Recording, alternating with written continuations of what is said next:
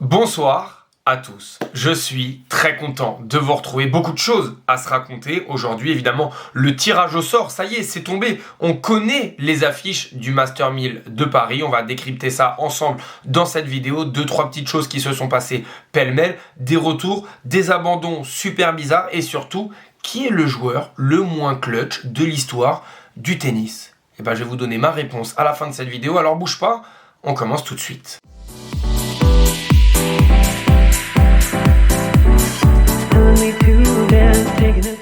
C'est l'heure de votre JT du tennis. Merci d'être au rendez-vous. Merci à tous ceux qui vont lâcher un petit like, à ceux qui vont s'abonner si ce n'est pas déjà fait. Et on peut démarrer. On commence avec les 8 joueuses qualifiées pour les WTA Finals à Riyad. Sabalenka, Swiatek, Okogo, Anisimova, Pegula, Keys, Paolini et donc Rybakina qui s'est qualifiée, qui est allée chercher sa place.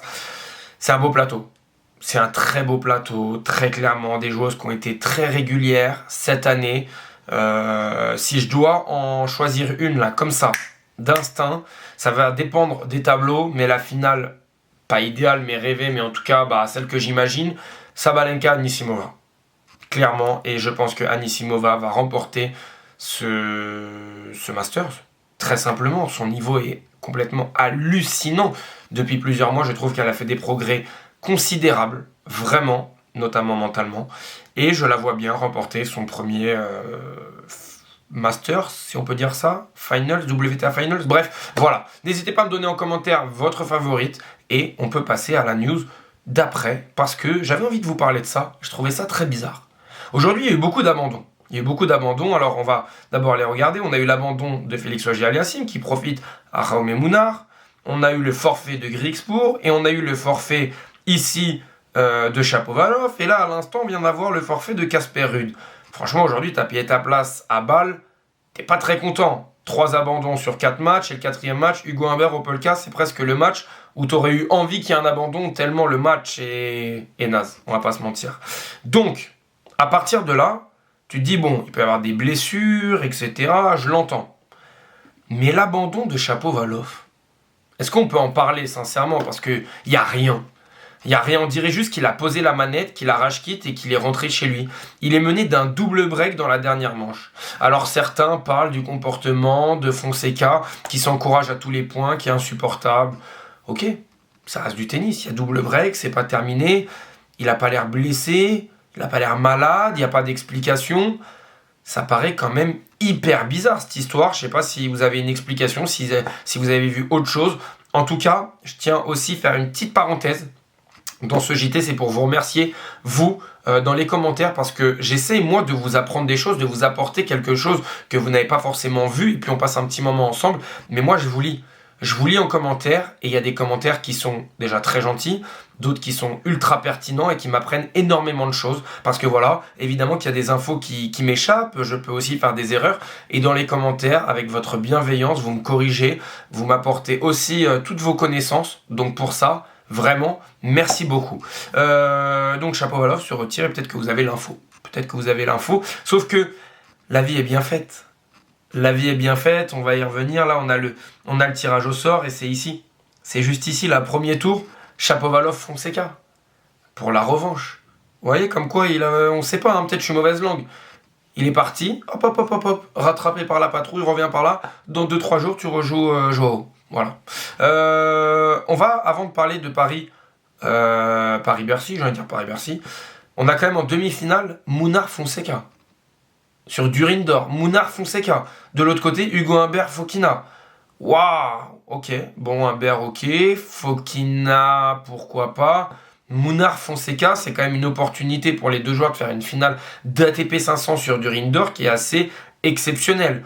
Et en bas, on a un plateau monstrueux de Minor, Zverev, Sinner évidemment.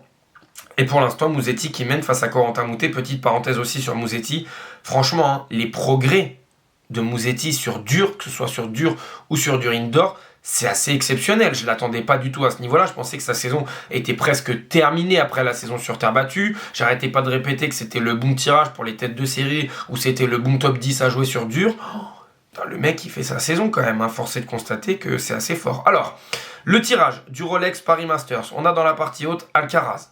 Tyler Fritz, Casper Ruud qui vient d'abandonner, et deux mineurs, partie basse, Sinner, Zverev, Musetti, Shelton. Début ce lundi, qui voyez-vous en finale? Bon, clairement, je ferai mon tableau, évidemment sur cette chaîne. Est-ce qu'il peut y avoir une autre finale qu'Alcaraz-Sinner? C'est la question que tout le monde se pose. On a des très belles affiches, parce que Master 1000, sur une semaine, on n'a que des cracks. Mais regardez bien, comme l'histoire aussi peut être bien faite. On peut avoir au deuxième tour un Valentin Vacherot face à Arthur Hinderknecht. La revanche des cousins. Ça serait exceptionnel, mais pour ça, il va falloir que Valentin Vacherot batte Jiří Lehečka, joueur très compliqué à battre sur dur indoor, ça va pas être évident. Donc voilà, on va suivre ça de très près. On va maintenant regarder le tirage de nos Français. Rinder face à un qualifié, Müller face à Nakashima, Atman Munte face à des qualifiés, Benjamin Bonzi face à Kachanov, Mpetshi Perika face à Grigor Dimitrov, on va en parler. Hugo Humbert face à Davidovich Fokina, qui viennent de se qualifier et qui vont s'affronter en demi-finale demain. Et Cazaux face à Darderi. La bonne nouvelle du jour, elle est là. Grigor Dimitrov, présent à Paris, c'est le retour.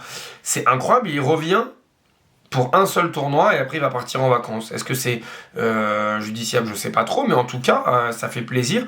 Dimitrov sur cette surface, c'est quand même soyeux, c'est quand même très plaisant. Donc voilà, on va profiter. Je ne sais pas si vous allez à la Défense Arena. Ouais, je crois que c'est ça le nom. À la Défense Arena. Moi, j'y vais peut-être pour les qualifs dimanche, mais c'est pas encore sûr. J'y vais peut-être lundi, on va voir. Mais en tout cas, on va profiter. Le site a l'air exceptionnel. Et on va pouvoir maintenant traiter les petites infos pêle-mêle qui sont sorties aujourd'hui. Il y en a 2-3 qui m'ont interpellé. J'ai envie d'avoir vos avis. Caroline Garcia s'exprime. Brian Shelton m'a demandé ce qui m'avait manqué pour remporter un grand chelem. Je pense que j'ai perdu beaucoup de matchs que j'aurais pu gagner si on m'avait appris à me dire, et attention, accrochez-vous, ok, aujourd'hui, je dois mettre la balle dans le court. Je sors d'un stage cette semaine avec des enfants entre 8 et 12 ans. C'est la base. Enfin, mais qui s'en est occupé? Qui n'a jamais transmis ça? Qui n'a jamais transmis les fondamentaux du tennis? Le tennis appelle quelque chose. Quand il faut attaquer, tu dois attaquer. Quand le jeu te demande de défendre, tu dois défendre. Alors, ok, aujourd'hui, je dois mettre la balle dans le court. C'est vrai qu'on lui a toujours reproché durant sa carrière, mais on l'a bien formée, cette joueuse. Vraiment, on a bien formé cette joueuse. Techniquement, c'est très bon. Vers l'avant, c'est très bon. Au filet, c'est très bon. Mais à un moment, il faut expliquer aux jeunes, il faut expliquer aux enfants ce que c'est le tennis. Le tennis, c'est un jeu d'échecs dans un terrain géant. On ne frappe pas des balles juste pour frapper des balles. C'est pas un jeu de répétition. C'est un jeu aussi de tacticien. En témoignent des joueurs comme Carlos Alcaraz, comme Daniil Medvedev, comme Corentin Moutet en ce moment. On n'arrête pas d'en parler. Il y a un moment, c'est ça aussi le tennis. Et j'aimerais que dans la formation des jeunes, on puisse leur parler d'autre chose que du résultat final, que ce soit la victoire, la défaite, que ce soit des coups droits ou des revers de fond de court. Le jeu, l'essence même du jeu, le jeu du chat et la souris, le jeu de placer la balle là où l'adversaire n'est pas.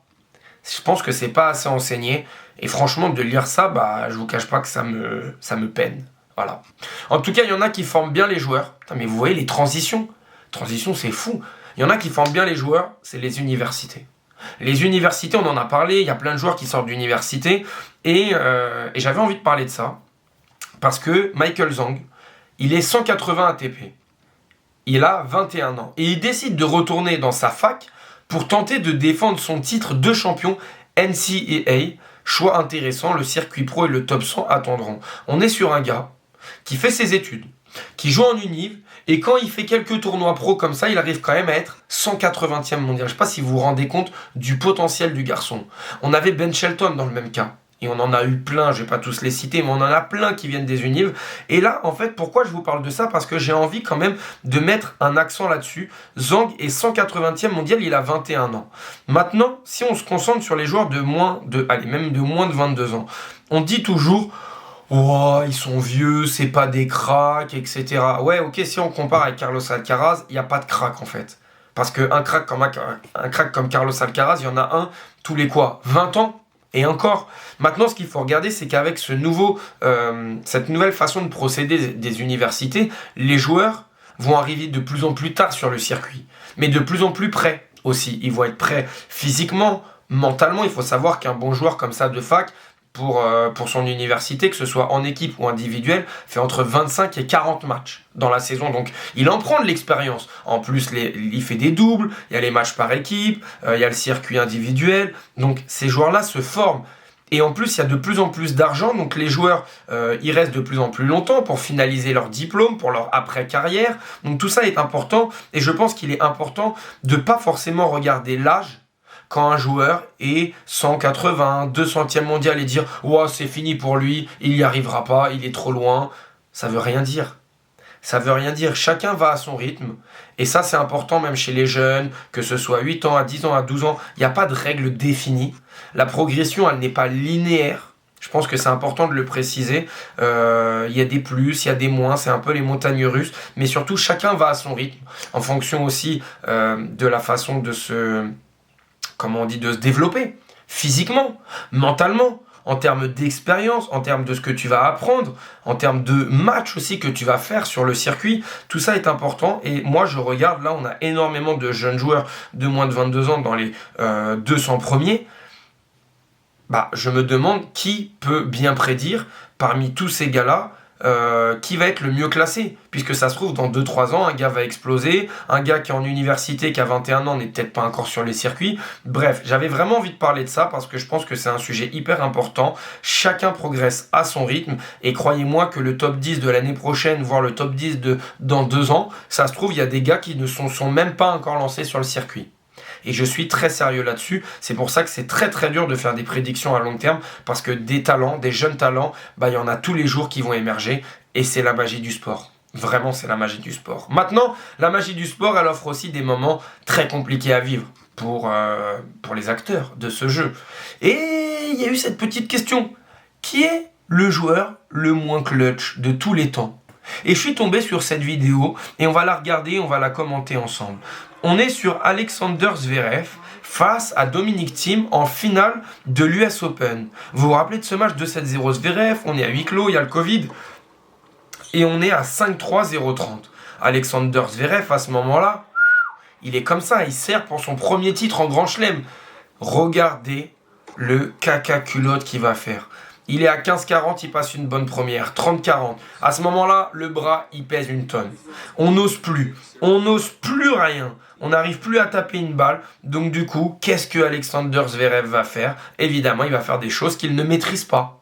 Ça n'a absolument aucun sens. Il fait un service volé alors qu'il est à 3 points de son titre en Grand Chelem. Alors certains vont me dire, il essaie de prendre son destin entre ses mains. Moi, je vois juste un joueur qui panique, qui ne joue pas avec ses forces, au contraire d'un Dominic Thiem qui lui va envoyer une marmite à 5-4 30A alors que pareil il est à 2 points de perdre le match. Bref, je trouve que ce moment est un moment hyper important dans la carrière de Zverev, mais aussi pour rappeler à quel point les émotions nous prennent, peu importe notre niveau, peu importe notre expérience aussi. On a tous vécu ce genre de situation en match, nous les amateurs du tennis, et ce jour-là Alexander Zverev a complètement perdu ses moyens, a oublié tout ce qu'il savait faire et a complètement déjoué. Il a refusé le jeu, un peu comme à l'image de Caroline Garcia avant, j'en parlais. Quand il fallait attaquer, il n'a pas attaqué. Quand il fallait défendre, il l'a fait à l'envers. Il s'est précipité et il est passé à côté du plus grand titre de sa carrière. On peut aussi parler de son titre manqué à Roland-Garros quand il mène 2-7-1 face à Carlos Alcaraz. Il y a des occasions manquées dans ce match-là aussi. C'est moins flagrant que dans celui-là, mais je trouve qu'Alexander Zverev est quand même un sacré client pour ce titre-là. Dites-moi ce que vous en pensez. En tout cas, on ne peut pas lui enlever. Alexander Zverev est qualifié pour le Masters de fin d'année à Turin. Et ça, il faut le dire. Je suis mauvaise langue parfois, mais ça, faut le dire.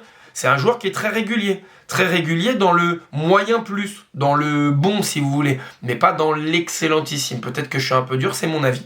L'Allemand se qualifie pour la 8e fois et rejoint Carlos Alcaraz, Yannick Sinner et Novak Djokovic. C'est monstrueux, il n'y a absolument rien à dire là-dessus. Et évidemment, quelqu'un qui est monstrueux, et j'avais envie de finir là-dessus, parce que monsieur Stan Wawrinka. Regardez bien, écoutez bien ces paroles. On va boire les paroles de monsieur Stan Wawrinka. De l'extérieur, on voit 40 ans. Ouais, de l'extérieur, il a 40 ans, son 50e mondial. On juge par rapport à ce que j'ai fait dans le passé. J'ai réussi à gagner des grands chelems et on ose et on se demande pourquoi je suis encore là. Pourquoi je me bats dans des challengers. Mais la passion n'a pas d'âge. Et j'avais envie de finir cette vidéo là-dessus parce que la passion n'a pas d'âge. La passion, c'est quelque chose qui ne s'achète pas. Et j'espère qu'à travers toutes mes vidéos, j'arrive à vous transmettre un petit peu de ma passion qu'est le tennis. Merci Stan Wawrinka pour la passe décisive. Tu es exceptionnel. Je t'adore vraiment et je t'admire énormément.